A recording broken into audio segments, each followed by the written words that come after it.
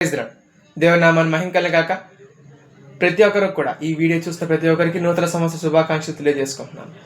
ఈ దినం మీద మన వాక్యంలో ఏం నేర్చుకోబోతున్నామంటే, ఈ నూతన సంవత్సరంలో మనం ఎలా ఉండగలగాలి, ఒకే ఒక విషయాన్ని మనం నేర్చుకోబోతున్నాం. ఈ నూతన సంవత్సరంలో మనం దేనికి కూడా తడువులాడుకోకూడదు.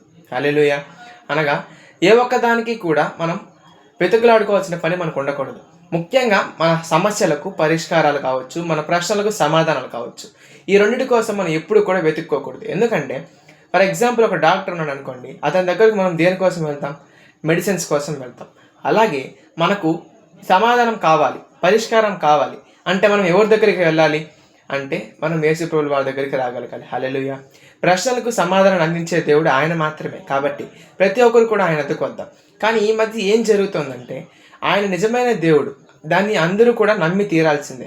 కానీ దాన్ని తప్పు అని చూపించేలా అనేక మంది ప్రశ్నిస్తున్నారు. కాబట్టి అలాంటి వాటికి సమాధానాలుగా మనం రేపటి దినం నుంచి ప్రతి ఒక్క దినము కూడా అటువంటి మతోన్మాదులు వేసే ప్రశ్నలకు సమాధానాన్ని మనం చూద్దాం. ఈ వాక్యం దేవుడు దీవించి ఆశీర్వదించును గాక. ఆమేన్.